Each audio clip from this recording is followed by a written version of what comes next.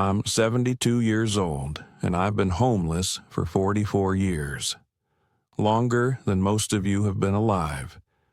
And I'm about to tell you something that every motivational speaker, every self-help guru, every success coach desperately wants you to ignore. Because if you truly understood what I'm about to say, their entire industry would collapse. I've slept on more sidewalks than I can count. I've eaten from more dumpsters than you've eaten at restaurants. I've owned the same 3 shirts for the last decade. And in all that time, on all those cold nights, through all those hungry mornings, I've learned one truth that everyone tries to hide from you. The distance between where you are and where I am is exactly one bad decision, multiplied by pride, divided by time. But let me tell you when I actually learned this. Not at 60, not at 50, at 28 years old on November 3rd, 1980. And it took me 44 years of sleeping in doorways to fully understand what that moment was trying to teach me. It was a Tuesday. I remember because Tuesdays were my favorite day at the accounting firm where I worked. Light workload, long lunch breaks. I was wearing my gray suit, the expensive one I'd saved 3 months to buy. I had a wife named Linda, a daughter named Rachel, who was 5 years old, and a son named Michael, who was 3.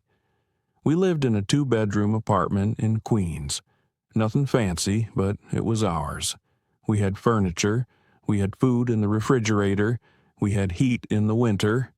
I had everything, and I threw it all away over $3,000 and my ego. See, I've been gambling. Not seriously, I told myself.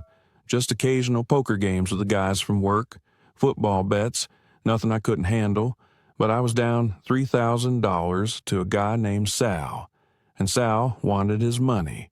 Not next month, not next week, by Friday. I didn't have it. And here's the thing, they don't tell you about being 28 years old and thinking you're smarter than everyone else. You'd rather destroy your entire life than admit you made a mistake.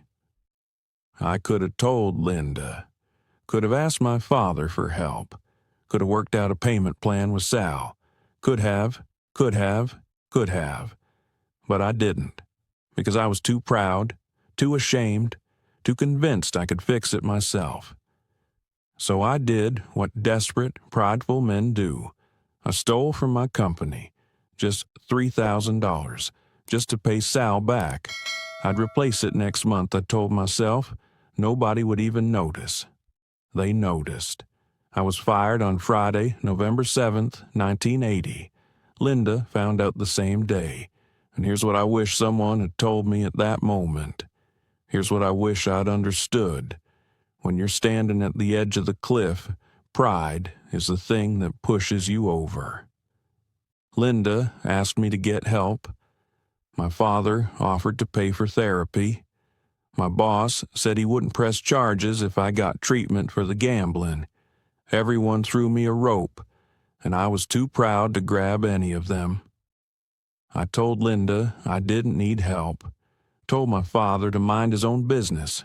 Told my boss to go to hell. I was 28 years old, and I knew everything. I thought asking for help meant weakness. I thought admitting I had a problem meant failure. So instead, I lost everything. Linda left, took the kids. My father stopped calling after I cursed him out one too many times. My friends disappeared when I couldn't pay back the money I'd borrowed from them too. And I told myself it was their fault. They didn't understand me. They gave up on me too easily. Everyone else was the problem. That's what pride does. It turns you into the hero of a story where you're actually the villain. I'm not telling you this for sympathy. I'm 72 years old, and I've been sleeping in the same doorway on 7th Avenue for the last 6 years. The guy who owns the building knows me. Sometimes he brings me coffee. I'm not looking for sympathy. I'm looking to save you from making the same mistake I made. Because here's what I didn't understand at 28, what took me 44 years of sleeping on cardboard to figure out. The moment you need help is exactly the moment your pride will scream the loudest. And every single time you listen to that pride instead of reaching out, you take one step closer to where I am right now. I spent my first year homeless, thinking it was temporary. I slept in my car, told myself I'd get back on my feet any day now. I could have gone to a shelter, could have called my father, could have swallowed my pride and begged Linda to let me sleep on the couch until I figured things out. But I didn't, because even homeless, even hungry, I was still too proud to ask for help. The car got repossessed in 1982. I was 30 years old, sleeping in bus stations and still telling myself I didn't need anyone. Still convinced that real men figured things out on their own. I met a guy named Tommy in 1983. He'd been homeless for 2 years. Veteran, lost his family, same story, different details. He tried to get me to go to the VA with him, said they had programs, resources, people who could help. I laughed at him, told him I wasn't some charity case, told him I'd be fine. Tommy died in 1987, froze to death in February. And you know what I did? I stepped over his body on my way to find breakfast and told myself it wouldn't happen to me because I was smarter than him, stronger than him, different than him. I wasn't different. I was just earlier in the same story. By 1990, I'd been homeless for 10 years. My daughter Rachel was 15. My son Michael was 13. I saw them once from across the street. Linda had remarried. The kids looked happy, healthy, clean, everything I couldn't give them. I could have crossed that street, could have said hello, could have told them I loved them. But I didn't. Because what would I say? How do you explain to your children that you chose pride over them? That you'd rather sleep in an alley than admit you were wrong? So I walked away. And that moment, that choice to walk away instead of crossing the street, that's been replaying in my head for 34 years now, every single day. Here's what nobody tells you about being homeless for 44 years. You don't just lose your home. You lose your identity. You lose your humanity in people's eyes. You become invisible. People look through you like you're a ghost. And eventually, you start to believe you are one. I'm 72 years old, and I can count on one hand the number of real conversations I've had in the last decade. Most days, the only words I hear are my own voice mumbling to myself. And you know what the cruelest part is? I did this to myself. Every single person who tried to help me, I pushed away. Every hand that reached out, I slapped away. Every opportunity to change, I sabotaged with my pride. I saw Linda again in 2003. I was panhandling outside a grocery store and she walked right past me. She was older, grayer, but I recognized her immediately. She didn't recognize me, and I didn't say anything, because what do you say after 23 years? How do you bridge that gap? I found out later through someone who knew someone that Rachel became a lawyer. Michael became a teacher. They both have families now. I have grandchildren I've never met, will never meet, because I was too proud to ask for help when it mattered. You're young. You're sitting there thinking, that could never happen to me. I'd never let it get that bad. But that's exactly what I thought at 28. Everyone thinks they're the exception. Everyone thinks their pride is justified. Everyone thinks asking for help is weakness. It's not weakness, it's survival. I met a kid last year, maybe 25 years old. Lost his job, lost his apartment, been on the streets for 2 months. He reminded me of myself at that age. Same anger, same pride, same absolute certainty that he'd figure it out on his own. I told him my story, told him to go to the shelter, call his family, ask for help before it was too late. You know what he said? "I'm not like you, old man. I'm going to make it." I saw him last week, still on the streets, 9 months now. The pride in his eyes is fading, replaced by something harder, colder. He's becoming me. And I can't save him because you can't save someone from the same trap you're still caught in. Here's what I wish I'd known at 28. Here's what I wish someone had grabbed me by the shoulders and screamed in my face. Your pride will kill you slower than any disease. It will take everything you love, everyone who cares about you, every opportunity you have, and it will do it so gradually you won't even notice until it's too late. When Linda asked me to get help, my pride said, "She doesn't understand you." When my father offered money, my pride said, "Real men don't take handouts." When my boss offered therapy, my pride said, "You don't need fixing." And I listened to pride instead of love. I listened to pride instead of wisdom. I listened to pride instead of survival. And now I'm 72 years old, sitting on a piece of cardboard that I've folded and refolded so many times it's more tape than cardboard, and I'm trying to save you from the same fate. Because here's the truth nobody wants to admit. The people on the street, the homeless, the addicts, the broken people you walk past every day, most of us aren't here because we lacked opportunity. We're here because when opportunity came, when help was offered, when love reached out, we were too proud to take it. I had a college degree, had a wife who loved me, had a father with money, had friends willing to help, had employers willing to give second chances. I had everything I needed to recover from one stupid mistake, everything except the humility to accept help. And that's the thing they don't tell you. Society will tell you to be strong, to be independent, to never show weakness. But there's a difference between strength and stubborn stupidity. Strength is knowing when you need help and having the courage to ask for it. Stupidity is destroying your life because you're too proud to admit you can't do it alone. I'm dying. I don't mean metaphorically. I mean actually dying. Doctor at the free clinic says I've got maybe a year, maybe less. Liver's shot, kidneys are failing, heart's weak. 44 years of sleeping rough, eating garbage, drinking whatever I could find, it adds up. And you know what my biggest regret is?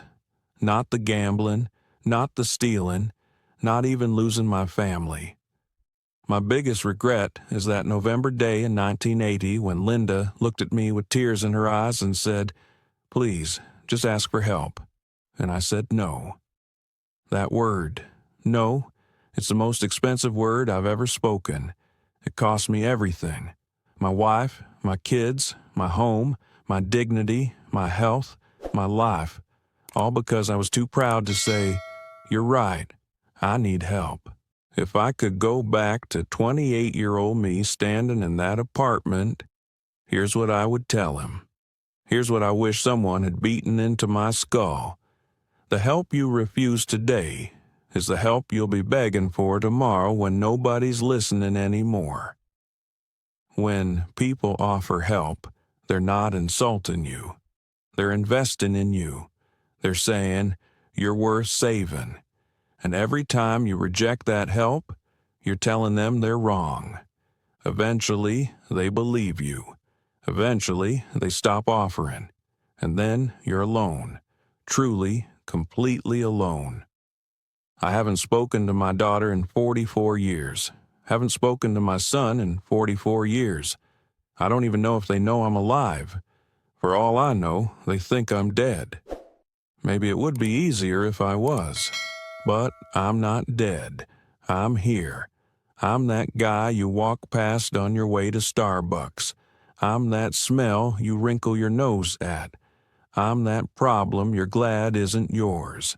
And I'm screaming at you through these words. Don't be me. Don't wait 44 years to learn what I'm trying to teach you right now. Your pride is not your friend. Your pride is a liar that will promise you everything and deliver nothing. Your pride will tell you that asking for help makes you weak, that admitting mistakes makes you a failure, that reaching out makes you pathetic. Your pride will destroy you and then convince you it's everyone else's fault. I see young people every day who remind me of myself. Angry at the world, convinced they'll figure it out, too proud to accept help even when they're clearly drowning. And I want to shake them, want to show them what 44 years from now looks like, want to make them understand that the trajectory they're on doesn't magically correct itself. It just gets worse, slowly, steadily, inevitably worse. You think you have time. You think you'll ask for help when you really need it. But here's the secret. By the time you think you really need help, it's already too late. The people who would have helped you are gone. The opportunities have passed. The doors have closed, and you're standing alone in the cold, wondering how it came to this. It came to this one decision at a time, one prideful choice at a time, one rejected helping hand at a time. I'm not going to tell you my life could have been different because I don't know if that's true. Maybe I was always going to end up here. Maybe this was always my path. But I know this much. It didn't have to be this hard. It didn't have to take this long.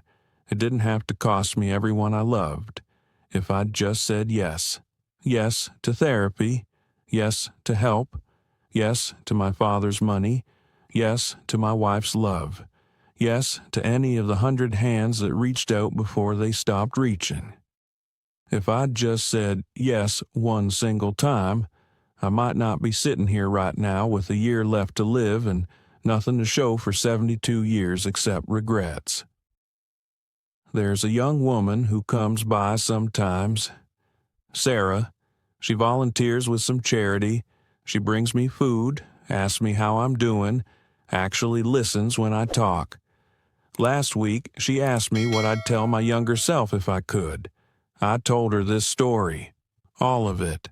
And you know what she said? She said, "It's not too late. You could still reach out to your kids." And even now, even after 44 years of this hell, even knowing I'm dying, you know what my first instinct was? Pride. They don't want to hear from me. It's been too long. I'd just mess up their lives again. Pride, pride, always pride. Even now, it's still trying to kill me. But maybe she's right. Maybe it's not too late for that. Though it's probably too late for you to learn from me making that call rather than from me never making it. Because here's what happens when you wait as long as I did. The phone number you had is disconnected.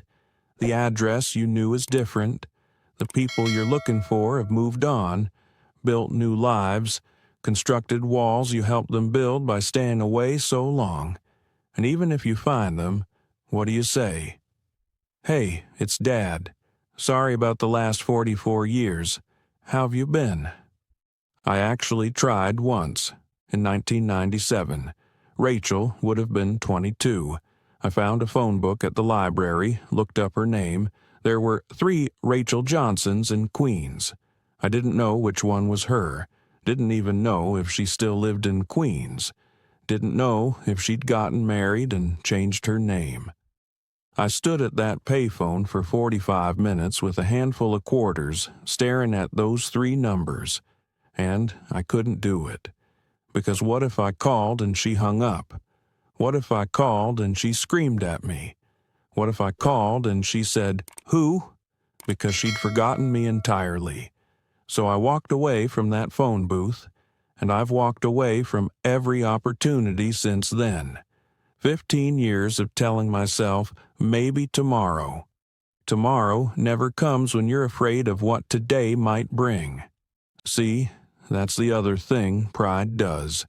First, it stops you from asking for help.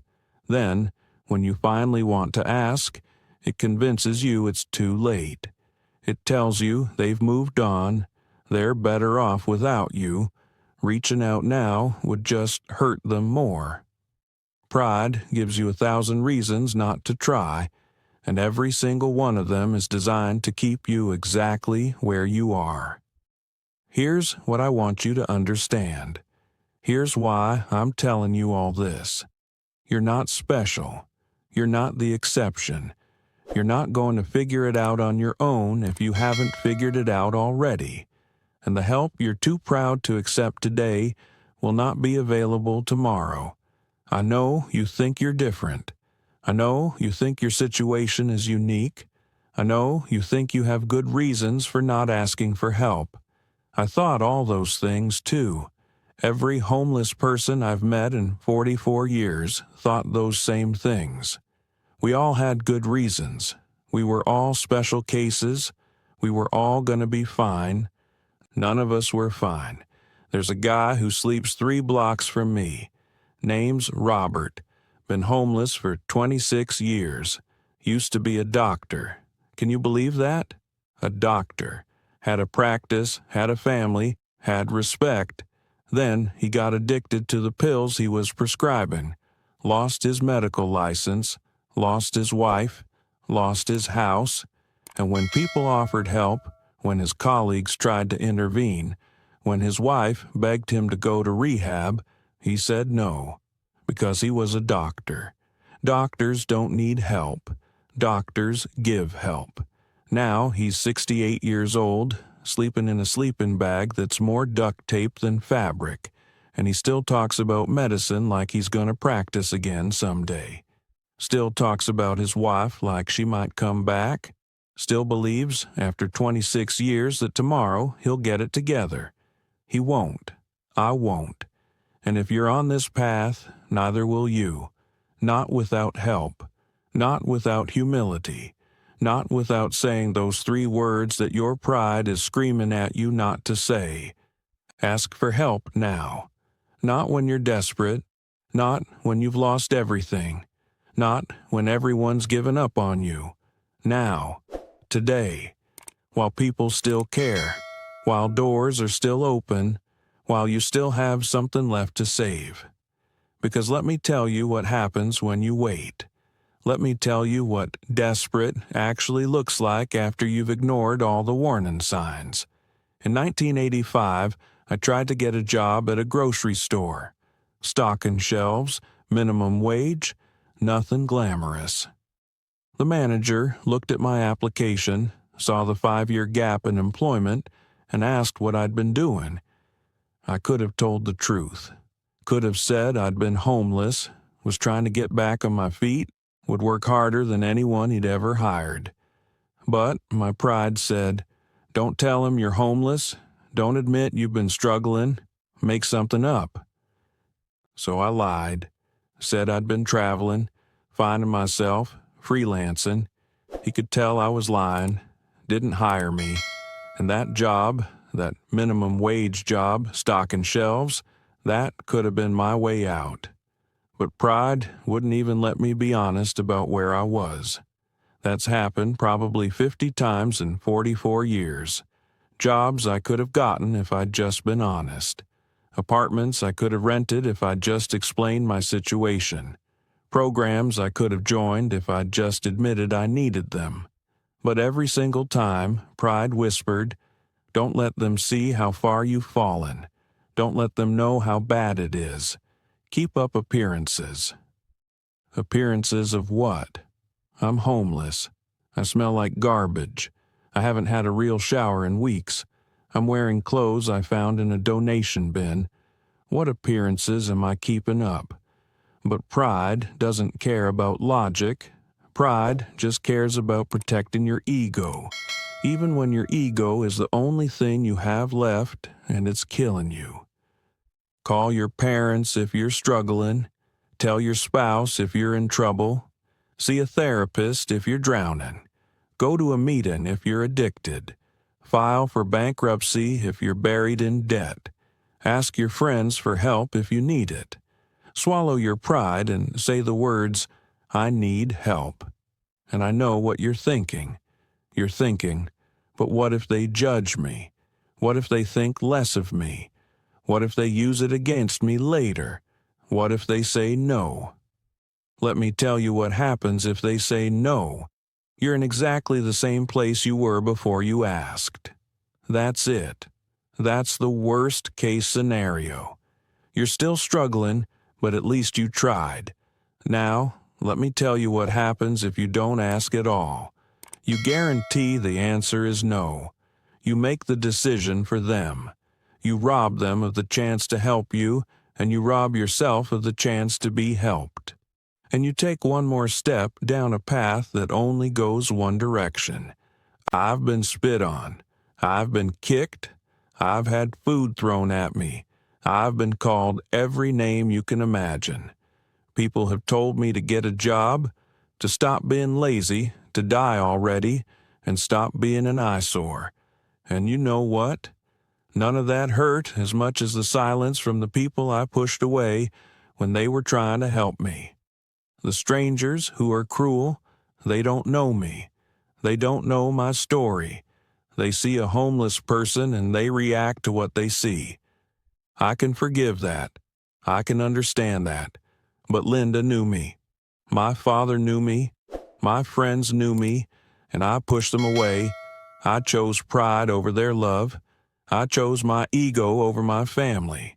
And that choice, that single choice, multiplied over months and years. That's what put me here. You want to know the saddest part?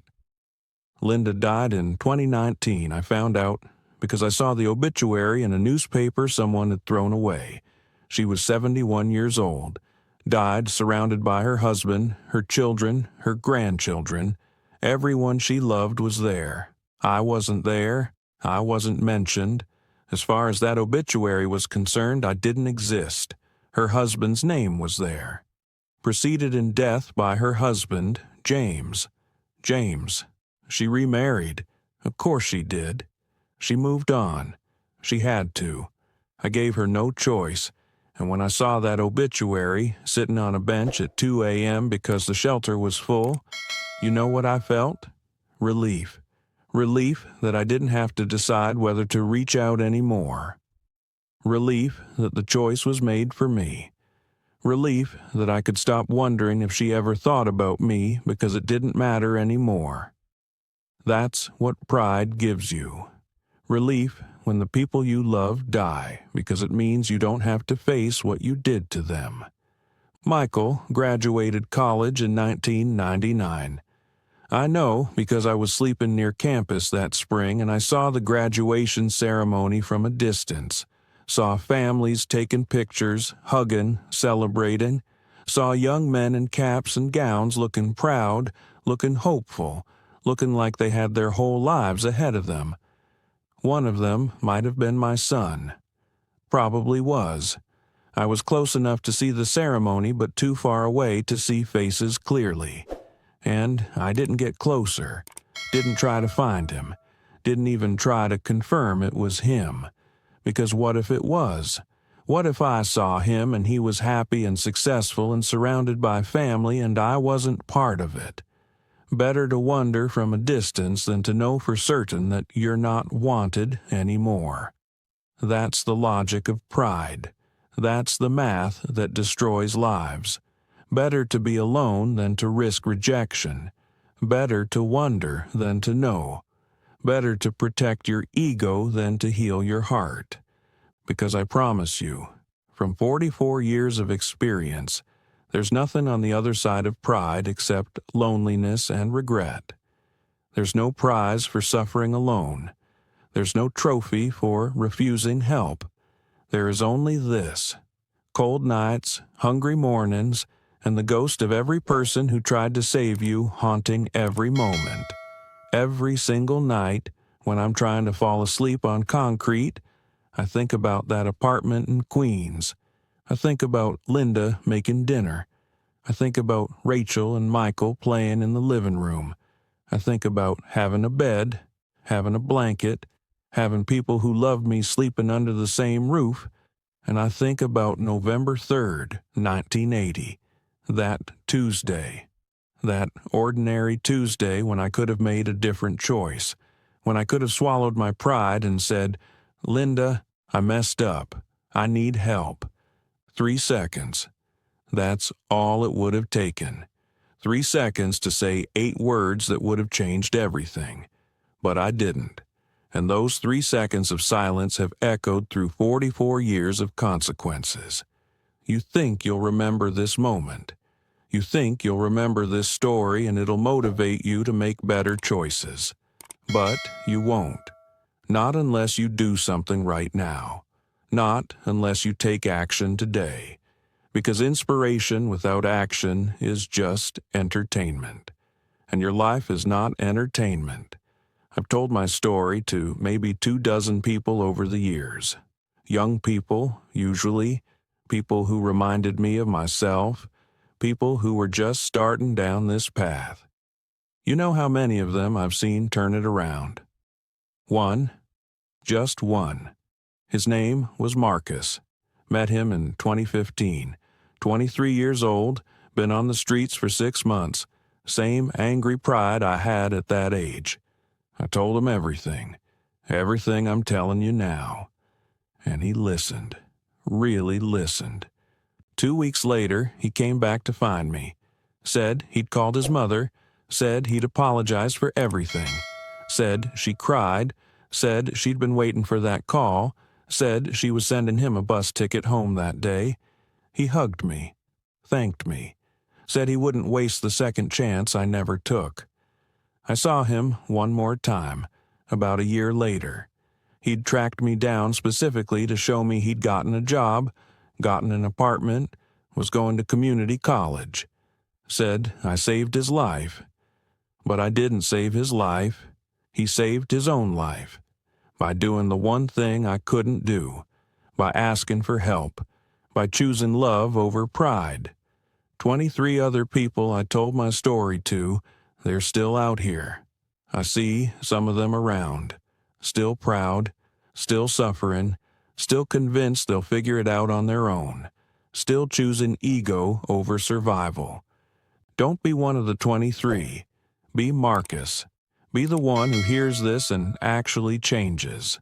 Be the exception to the rule that pride is stronger than wisdom. I'm 72 years old. I've been homeless for 44 years. I'm going to die on these streets, probably in the next year, probably alone, probably cold. And the only thing that could have prevented this entire life was me saying 3 words at 28 years old. I need help. 3 words. That's all it would have taken. 3 words that my pride wouldn't let me say. 3 words that would have saved my marriage, my family, my life, my health, my dignity, everything. You know what I own? I mean, really own? Everything I possess in this world? 2 blankets, 3 shirts, 1 pair of pants, 1 coat, a shopping cart, and a garbage bag full of cans. I'm going to recycle tomorrow for maybe $3. That's 72 years of life. That's what I have to show for existing on this planet for over 7 decades. And you get nothing in return.